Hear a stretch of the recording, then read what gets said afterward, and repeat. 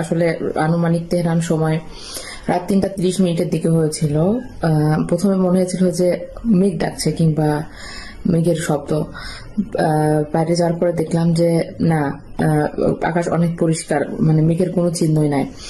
আসলে বিশ্বাসই করতে পারিনি যে এরকম ভাবে হঠাৎ করে হামলা করবে, কারণ আমরা সবসময় দেখে আসছি যে হামলা করার পূর্বে একটা পূর্বাভাস দেয় কিংবা হোশদর দেয় আক্রমণ করা পড়বে, কিন্তু এটা কোন রকমের পূর্ব পরিকল্পনা ছাড়া, কোন রকমের কোন রকমের পূর্বাভাস ছাড়াই হঠাৎ করে হামলাটা হয়েছিল। আর সে সময় আসলে কেউ বিশ্বাস করতে পারেনি।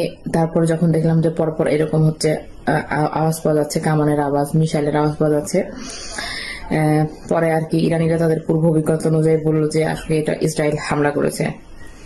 সেই সময়টাতে আসলে বিশ্বাস করতে পারছিলাম না, অন্যরকমের বিকট শব্দ। আসলে সেরকম অভিজ্ঞতা কখনোই ছিল না, যুদ্ধের অভিজ্ঞতা কিংবা কামান বারুদের অভিজ্ঞতা, মিসাইলের অভিজ্ঞতা কখনোই আর কি ছিল না। সেক্ষেত্রে প্রচন্ড আর কি ভয় পেয়েছিলাম।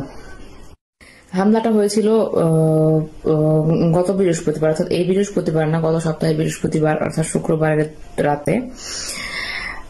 তো হামলার সময় সাধারণত আমরা হলেই ছিলাম। আমাদের এই সময়টা ছিল যে আমাদের ক্লাস শেষ হয়ে গেছিল, 2 সপ্তাহ পরে পরীক্ষা, ফাইনাল পরীক্ষা ছিল। সেই সময়টা আর কি অনেকে বাসায় চলে গেছিল পরীক্ষা রাখতে, কারণ 2 সপ্তাহ আর কি ছুটি থাকে পরীক্ষার আগে। তো অনেকে হলে ছিল, আমিও সেই সময় আর কি হলে ছিলাম, পরীক্ষার প্রিপারেশন নিয়েছিলাম, ফাইনাল পরীক্ষার সাথে আমি থিসিসের আমার কাজ করছিলাম। তো হামলা হওয়ার পরের দিনেই অনেকে যখন শিওর হলো যে এটা হচ্ছে একটা ইসরায়েলের হামলা, অতর্কিত হামলা, তো অনেকে যে যার মতো বাসায় চলে গেছিল, বিশেষ করে ইরানিরা। আর আমরা ইন্টারন্যাশনাল স্টুডেন্টরা আসলে রুমেই আজকে ছিলাম, হোস্টেলেই ছিলাম। আসলে সেইভাবে কোথাও কিভাবে যাবো কি করবো কোনো পরিকল্পনা ছিল না। তো এভাবেই আর কি 3-4 দিন আর কি কেটে গেল, হলে বসেই কেটে গেল। প্রতিদিন রাত দিন সবসময় আর কি মিসাইল হামলা, ড্রোন হামলা, বিভিন্ন রকমের হামলা, এভাবেই চলে গেল। কিন্তু যখন যেদিন আমি তেহরান ত্যাগ করি, সেই দিন তার আগের দিন বিকেলে আর কি, আমি যে এলাকাটায় থাকি সেটা হচ্ছে একটা 3 নম্বর এলাকা। তো ওখানে আর কি দেখলাম হঠাৎ ইরানের টিভি চ্যানেলে দেখাচ্ছে যে ওই জায়গাটা 3 নম্বর এলাকা খালি করতে বলা হয়েছে। এই সময়টা প্রচন্ড ভয় পায়। এর আগে এত হামলা হয়েছে, তারপরে কোনোভাবে বলেনি কোনো জায়গাতে যে এই জায়গাটা খালি করেন। কিন্তু যখন শুনলাম যে 3 নম্বর এরিয়া খালি করতে হবে, প্রচন্ড ভাবে ভয় পাই। আমি আসলে কি করবো বুঝতে পারিনি। এই সংবাদের 1 ঘন্টা পরে বিকট শব্দ, মানে অন্যরকম, মনে হলো যে সবকিছু ভেঙে পড়ে যাবে। তো তারপরে দেখলাম যে ইরানের যে স্টেট ব্রডকাস্ট আছে, যেটা ওখানে হামলা হয়েছে, ওটা 3 নম্বর এরিয়াতে। আর এই জন্য 3 নম্বর এরিয়াটা মূলত খালি করতে বলা হচ্ছিল বারবার, ওখানে হামলা হবে এরকম একটা পূর্বাভাস পাওয়া গেছিল। তো সেই দিন আমি আর কোনোভাবেই হোস্টেলে থাকতে পারছিলাম না। হামলার পরেও 4 রাত হোস্টেলেই ছিলাম আর কি, শব্দ শুনতাম, রাত্রে ঘুমাইতাম এভাবে। কিন্তু সেই রাতে কোনোভাবে পারছিলাম না। আমি সেই রাতে শুধু একটা আমার যে কাঁধের যে ব্যাগ আছে, স্কুল ব্যাগ যেটাকে বলে, ওইটা আমি ঘাড়ে নিয়ে সরাসরি পায়ে হেঁটে সেভারতে বাংলাদেশ এম্বাসির দিকে আমি দৌড়াতে থাকি। গাড়ি পাচ্ছিলাম না, পুরো তেহরান একদম ফাঁকা, জনশূন্য। আর বাংলাদেশ এম্বাসি যেটা আছে তেহরানে, সেটা হচ্ছে 6 নম্বর এরিয়াতে। তো আমি ওখানে যাই। ওখানে যাওয়ার পরে আমি রাতটা সেফারতে এম্বাসিতে যোগাযোগ করলে এম্বাসি আমাকে একটা কর্মচারীর বাসায়, যে এম্বাসিতে কাজ করে, ওনার বাসাতে রাতের থাকার ব্যবস্থা করে দেন। আমার সঙ্গে আমার এক ইরানি বান্ধবী ছিল, কারণ আমার প্ল্যান ছিল যে আমি যদি তেহরান যদি খালি করতে বলে, সেক্ষেত্রে আমি ওর সঙ্গে বাসায় চলে যাব, বর্তমানে আমি যেখানে এখন আছি। তো আমি তাকে নিয়ে আর কি ওনার বাসায় রাতটা কাটাই।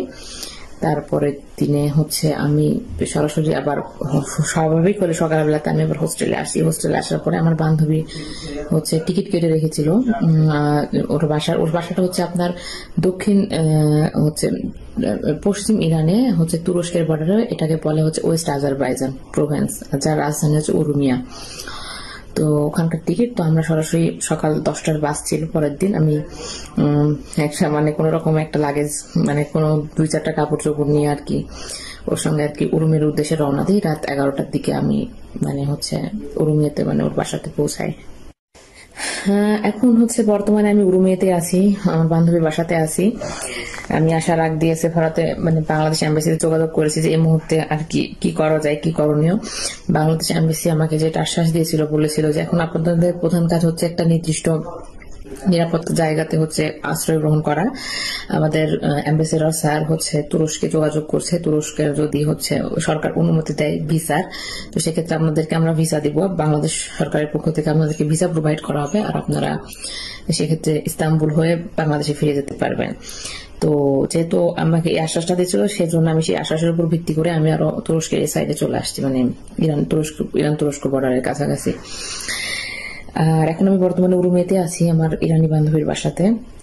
অনেক নিরাপদ জায়গাটা, অনেক সেফ আর কি, আল্লাহর রহমতে অনেক ভালো আছি। এখন কোনো শব্দ শুনছি না, আসলে মানে মনে হচ্ছে ইরান থেকে বাইরে আছি, এরকম একটা পরিবেশ।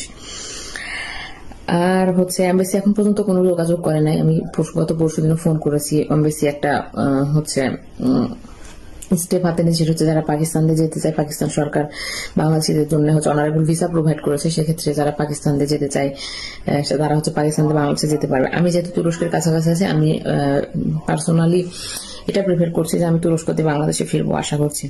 পরবর্তী পরিকল্পনা বলতে, যেহেতু আমার পরীক্ষা আর কি আগামী পরশু দিন থেকে শুরু হওয়ার কথা ছিল, পরীক্ষা আর কি 1 মাস পিছিয়ে দিয়েছে। তো আমি ইউনিভার্সিটিতে কথা বলেছি, যেহেতু আমি দেশে ফিরতে যাই, সেক্ষেত্রে হয়তো আমার পরীক্ষা অনলাইনে নেওয়ার সম্ভাবনা আছে। যেটা বাকি আছে সেটা হচ্ছে আমার থিসিস। আমি মাস্টার্স ফাইনাল ইয়ারে আছি, তো আমার থিসিসটা বাকি আছে। তো আশা করছি যে সবকিছু স্বাভাবিক হয়ে গেলে ইনশাল্লাহ আমি আবার ইরানে ব্যাক করে আমার থিসিসটা আর কি কমপ্লিট করবো। আপাতত পরিকল্পনা হচ্ছে দেশে ফেরার।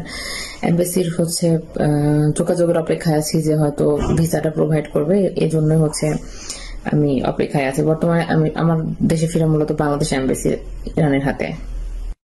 আমার মোটামুটি আমি আমার ক্লাসে শুধু আমি একমাত্র হচ্ছে বিদেশি স্টুডেন্ট, সবাই ইরানি স্টুডেন্ট, সবাই যে যার শহরে চলে গেছে। আমার বান্ধবীর ক্লাসমেট সবার সঙ্গে কথা হয়েছে, মোটামুটি সবাই ভালো আছে, যেহেতু তাদের নিজ দেশে একটা যুদ্ধ বিধ্বস্ত অবস্থা। সবাই নিজ নিজ ভবিষ্যতের টেনশনে আছে, পরীক্ষা, নিজেদের ভবিষ্যতের কি হবে। আসলে একটা দেশে যুদ্ধ লাগার পরে তো আর কি স্বাভাবিক পরিস্থিতিতে অনেকটাই মানে বিঘ্ন হয়, সেক্ষেত্রে তারা নিজেদের ভবিষ্যৎ নিয়ে অনেক টেনশনে আছে।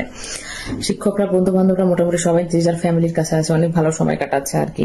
সবাই নিজ নিজ শহরে নিরাপদে আছে। সব থেকে যে বিষয়টা মানে মানুষকে বেশি ব্যথিত করেছে, তেহরান শহরটা মানে সুন্দর একটা রাজধানী বলা চলে, সুন্দর একটা শহর আর কি, পরিপাটি একটা শহর। তো শহরের যে মেইন যে জায়গাগুলোতে যেভাবে হামলা করা হয়েছে, যাতে সবাই আর কি খুব ভীত সংযুক্ত হয়ে গেছে, সবাই অনেক মানে দুঃখিত হয়েছে এই বিষয়টাকে।